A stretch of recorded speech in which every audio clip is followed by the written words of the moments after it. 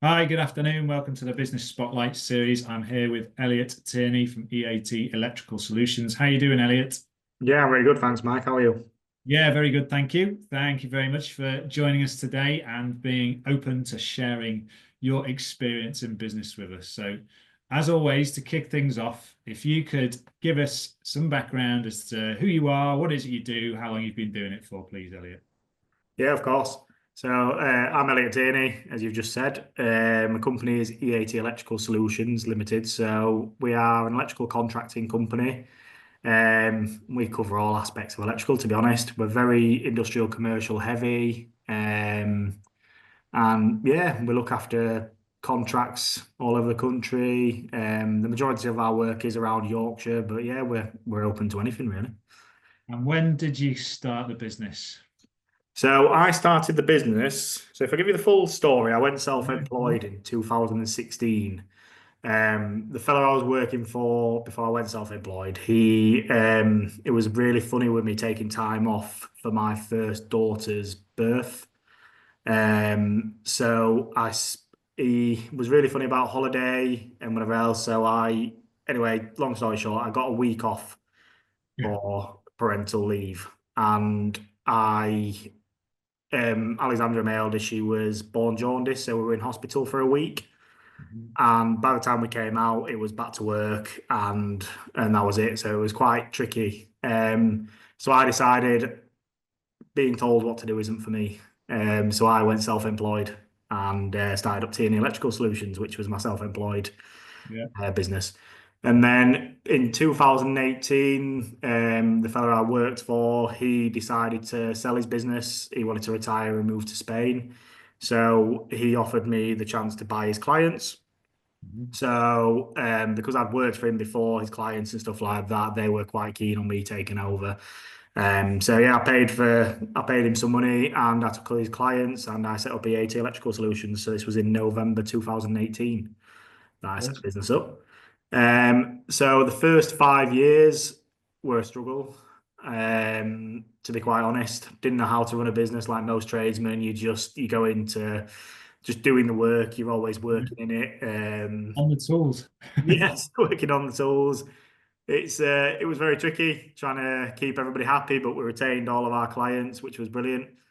And then it got to a point I was having a few personal issues and stuff. And then obviously, as you know, I met Andy Joy. So Action then coach, from that's there, right. that's when my life changed. Awesome. So you mentioned kind of struggle there. Do you want to kind of expand on that just for people if they're watching and I suppose going through certain phases of business? In that, there must have been a lot of lessons as well that you've learned and just reflecting on that So period. yes, so for the 5 years, we went on to have more children as well. So the pressures of family, Yeah. the responsibility. I also tried taking employees on and having the responsibility of that as well, while working in the business, not knowing how to manage people properly. It was very stressful, cash flow.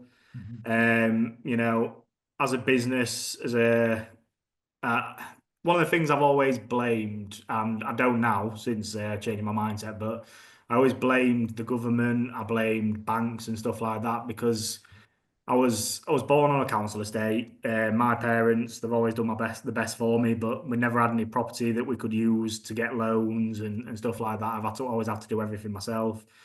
So trying to get people to lend me money it was just not easy. And I mean, to be honest, why would a bank want to lend somebody money who doesn't know how to run a business, doesn't have any assets and stuff like that? You've got to look at it that from that perspective.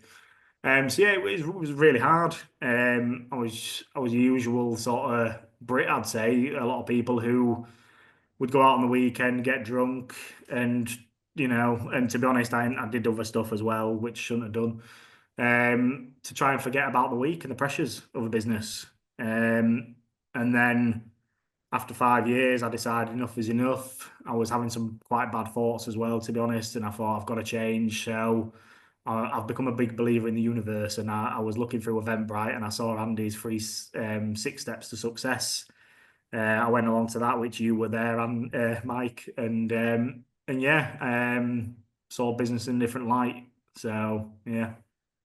Certainly, the opportunity arises when you're ready to see it. That kind of Yeah, no, I agree with that, and I think if you start looking in the right places, you'll find what you're after.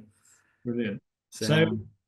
kind of where you are now and how to encapsulate that journey that you've been on and describe why do people come to you as a business, over say other people. What is it that's I suppose yourself in the business and the way that you want to lead it and the way that you are leading it, how does that attract clients and customers in your words? So as you can just see from the last question you asked me, I'm pretty open and honest about stuff, and I'm like that with my clients. I'm very open and honest about their needs. They trust me. I don't sell them stuff that don't need to be sold. I help them where they need to be helped, and we go in. Our sort of thing with electrical contracting, we go in and we just charge them the same we would anybody. We go in, we do their fault finding, the repairs and stuff like that, and then on the back of that, we get the project work. So as a business, that's where we make money on projects and stuff like that. So really, uh, and the main thing as well is actually telling them all the services we can actually offer, because a lot of the time they're using other people for certain services because they didn't know you could provide that same service. And when so last year we grew our business by 80% in sales by just telling our existing clients all the other services we actually offer. And when you tell them, they go, "Oh, I didn't realize you did that." So, and they go, "Well, you can do that from now on for us as well," and stuff like that. So, Which yeah. where did that come from? Is that a realization, the confidence to kind of do it? And So again, I've got to be honest, it was Andy who told me to try that. He says, "Why are we trying to find new clients when we haven't yeah. let all your clients know of, all the services you do provide?" So we created a spreadsheet. Mhm. We wrote down all the services that we can provide, and then we went through all our clients and we said, "Does that client know about that service? Yes, no," and went through there. And then once we'd looked at the end of that, we went, "Right, well, now we'll message the client and say, do you know, we do this, we do that." And yeah, so it was already stuff they were getting, they were just getting it elsewhere. Sure. And So then, getting it from you with your kind of service, and it sounds like values driven. Could you say that your values, since you've had a change of mindset, have you been able to put those into the business and then shout about them more to help you win more business, build more confidence, and kind of change the trajectory of from where you were to where you are going now? yeah, definitely. I'd say the biggest thing that I've learned is my belief in myself and actually finding love for myself. Yeah. Once you do that, then you work out what your values are, your beliefs are. If your beliefs don't quite align with your values, then you can you can change your beliefs. You can do, read Yeah. books, do a lot of learning, speak to lots of coaches, all that sort of stuff. Um, yeah, I mean, with Action Coach itself, it's obviously Andy has been the big drive behind a lot of my change. Obviously, I've got to take responsibility for my own as well. I've done a hell of a lot of change myself.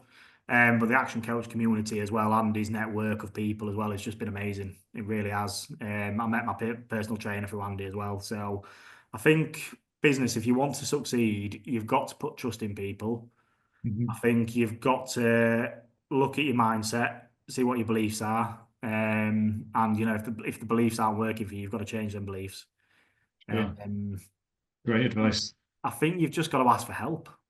You've got to be That's a big honestly. put your hand up and say, Yeah, I want that to change. word pride. I hate the word pride. When people say they've got too much pride, pride gets in the way. It Mhm. really gets in the way, does pride. There's a difference between being proud and being and the word pride. If you're proud of something, that's brilliant, but pride gets in a lot of people's ways, especially men. It will Yeah. stop people from doing stuff. So what kind of inspires you to do what you do? Taking into consideration what you've just said, is there anything that you can So, learn about getting up in the morning and giving you a bit more drive than no? yeah, so again, my girls, I want to give them a platform. When they come out of school and they come into the adult world, I want them to have a platform to work from. I want to be able to give them the best advice possible. I want to be able to give them a help, a step up if they need it. Mhm. I want them to have that barrier if they do fail and they can pick themselves up and go again. That's what I want them to have. And again, learning self-love and stuff like that. For me, I want to have the best life. Yeah, You get one shot. I know it sounds really corny, but you do. You have one go. So, definitely. as you know, last year I climbed Mount Kilimanjaro, and doing personal stuff like that has really helped the business as well. People see stuff like that and they go, "Oh my God, that's amazing!" And you attract people to want to work with you by doing Yeah, things like that. yeah, yeah, definitely. So how do you think personal goals and achievements help with the business then? What would you say is the correlation? So, I'd say, if I'm honest with you, I've probably had more personal goals than I have business goals. Mhm. The business, one thing that I've learned is money. Stop looking at money as like an evil thing. Look at money as fuel. Money Mhm. fuels your personal goals. You need to make money if you want to go on these adventures and do stuff. So you've got to look at businesses as it making money to give you your lifestyle you want. Um, Good and share. again, in the business as well, my guys, I'm always telling them, it's their business, it's their livelihood. So it's getting them to buy into that. And Changing the narrative that may have been put in there before for whatever reason, and understanding that, yeah, money, well, lots of things are neutral, aren't they? At the end of the day, it's yeah, we put perceptions on based on our experiences, and yeah, how we've come about with certain beliefs that you might not have known before existed, and yeah. look at them Well, in. again, analogy somebody told me, your car, if you want to get anywhere, you've got to put fuel in it. Yeah, So again, if you look at money that way, if you want to get anywhere, you've got to invest the money. yeah, And another thing as well is time. If you haven't got money to invest, you can invest time. yeah. So Time to learn, time to educate yourself, and exactly. Yeah, there's loads of stuff out there. It's very low cost or even free. We live in I think I see it everywhere. And again, it's probably really corny, but we're in an age where you can get information from anywhere. yeah, it's doing the things, isn't it? Once you've Yeah. got information, that's the next step. Is there anything that you'd recommend to read or listen to? Anything that stood out for you over the last?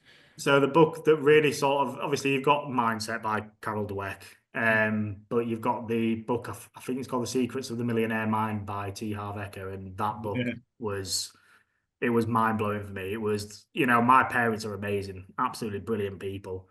However, it talks about your blueprint, and your blueprint you get from your parents, the sources around you, the people who are around you. You end up taking on their blueprint, their beliefs. And it really helped me identify which beliefs were mine and which were actually from other people and their thoughts and beliefs. So, yeah, I'd highly recommend that book. It was incredible. great book, great share. Thank you for that. So then, lastly, in terms of wrapping it up, Elliot, if there's any latest news around what you're up to, or even it's a case of sharing your website, contact details, where people can find you, if they want to get in touch, then feel free to do that now. Well, thank you very much. We're currently going through a rebrand. So the website, it's going to stay the same. It's www.eatelectrical.co.uk. If you currently log on to it, you'll just see a page that says we're going through a rebrand, so you won't see much on there. The Currently we're pushing the EV car grant for chargers Yeah. for workplace. That runs out on the 31st of March. So if this video goes live before then, get in touch and we can sort that out. You can get a £350 per outlet grant towards your install. So there's that, and just generally we do everything. Contact us if you need work doing, we'll help you. So yeah, Awesome. Elliot, it's been a real pleasure talking with you. Thank you for being so open and honest and sharing all that you have. There's a lot of value in there for others, I'm sure. And I wish you all the best for the next few years of the business. cheers, Mike. Thanks for having me.